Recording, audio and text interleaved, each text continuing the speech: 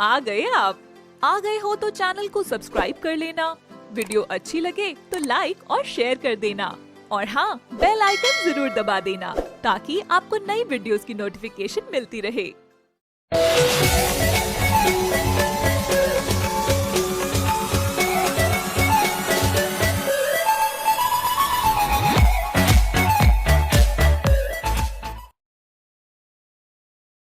ये कहानी है संभाल का गांव की, जहां गरिमा और उसकी मम्मी पापा, इनकी एक बहुत छोटी सी फैमिली थी और बहुत ही खुशहाल परिवार था। गरिमा का अभी नया नया कॉलेज में एडमिशन हुआ था, उसका फर्स्ट ईयर चल रहा था।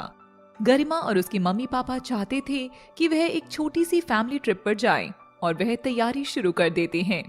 मम्मी, मैं तो बहुत एक्साइटेड हूँ। अब हम ट्रिप पर जाएंगे, कितना मजा आएगा। हाँ गरिमा, मजा तो आएगा बेटा, पर इसके बाद तुम अपने कॉलेज पर ध्यान देना और अच्छे से पढ़ाई करना।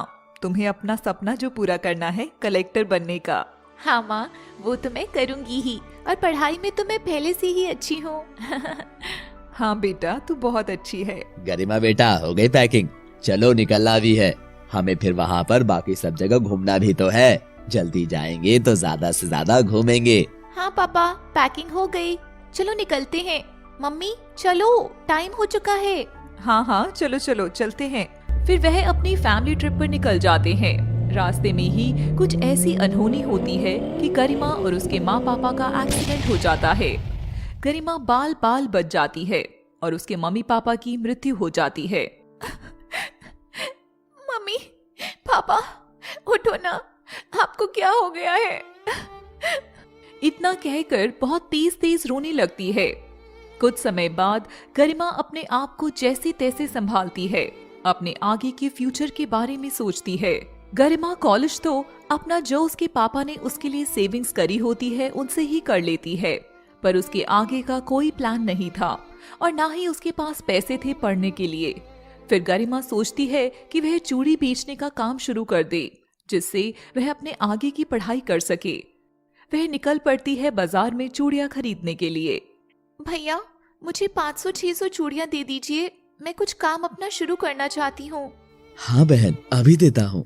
वह चूड़ी लेकर अगले दिन से ही अपना ठेला लगाना शुरू कर देती है। चूड़ी ले लो, चूड़ी ले लो, अच्छी और मजबूत चूड़ी ले लो, रंग बिरंगी चूड़ी। तभी एक औरत आती है। अरे लड़की, तुम्हारे बात करने से तो ऐसा लगता है जैसे तुम कितनी पढ़ी लिखी हो। आंटी, मैंने अभी अभी ग्रेजुएशन करी है। ग्रेजुएशन करके चूड़ी बेचने का सोचा?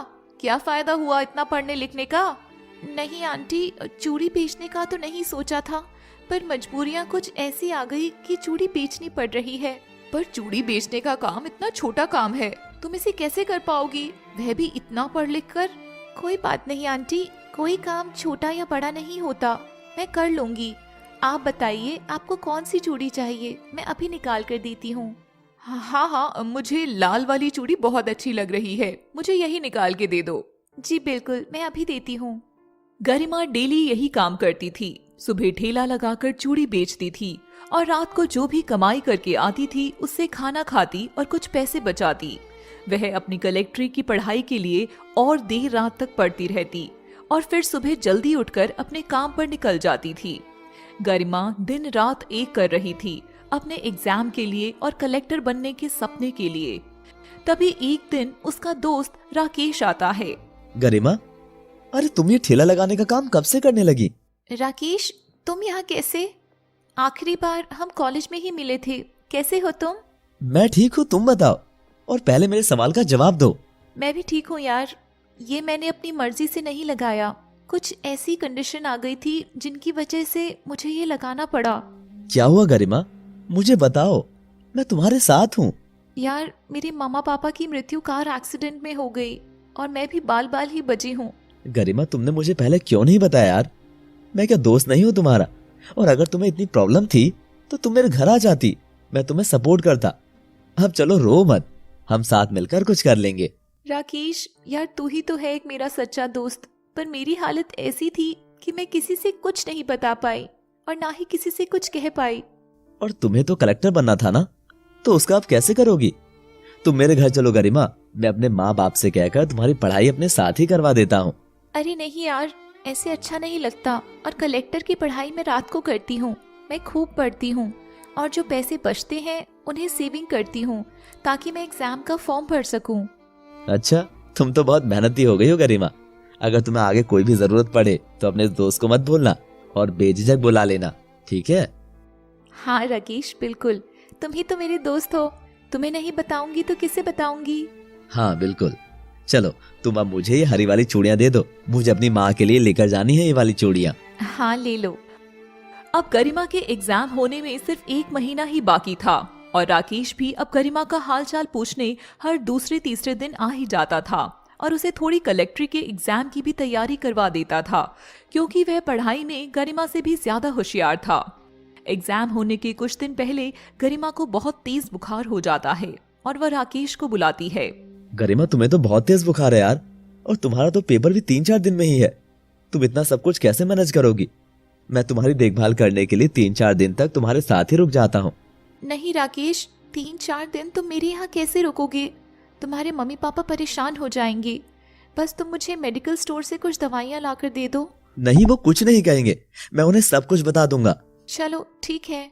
राकेश 3-4 दिन गरिमा के साथ ही रहता है और उसकी देखभाल करता है और उसका खाना भी बनाता है। गरिमा का एग्जाम का दिन आ जाता है और वह एग्जाम भी बुखार की हालत में ही देकर आती है। गरिमा, तुम्हारा एग्जाम कैसा गया? राकेश, एग्जाम तो अच्छा गया, बस अब 3 दिन बाद रिजल्ट आएगा, बाकी उससे पता लगेगा। चलो ठीक है, अब तुम खाना खा लो और मैं तुम्हें बता दूं कि इतने तुम्हारा रिजल्ट नहीं आ जाता और तुम सही नहीं होती, मैं तुम्हारे साथ ही रहूंगा। हाँ हाँ ठीक है। राकेश और गरिमा रिजल्ट का इंतजार कर रहे थे। गरिमा, तुम्हारा रिजल्ट आ गया, मैं तुम्हें चेक करके बताता हूँ, ठीक है? हाँ हाँ मुझे बताओ, मुझे तो बहुत घबराहट भी हो रही है। अरे घबरा क्यों रही हो तुम तो बहुत बहादुर लड़की हो। चूड़ी बेच बेच कर तुमने कलेक्टर की पढ़ाई करी है। हाँ हाँ तुम जल्दी देख कर बताओ। गरिमा, तुमने कर ही दिखाया, तुम्हारी सारी मेहनत रंग लेकर आई है। देखो, तुम्हारा लिस्ट में नाम सबसे ऊपर है। I am proud of you. Rakesh, तुम सच बोल रहे हो या ये मजाक है?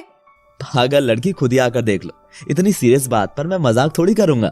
और गरिमा बहुत अच्छी कलेक्टर बन जाती है और वह कलेक्टर के साथ साथ जो अनाथ बच्चे होते हैं उनकी मदद करती है, अनाथ आश्रम में अपना पूरा योगदान देती है और उनकी देखभाल करती है।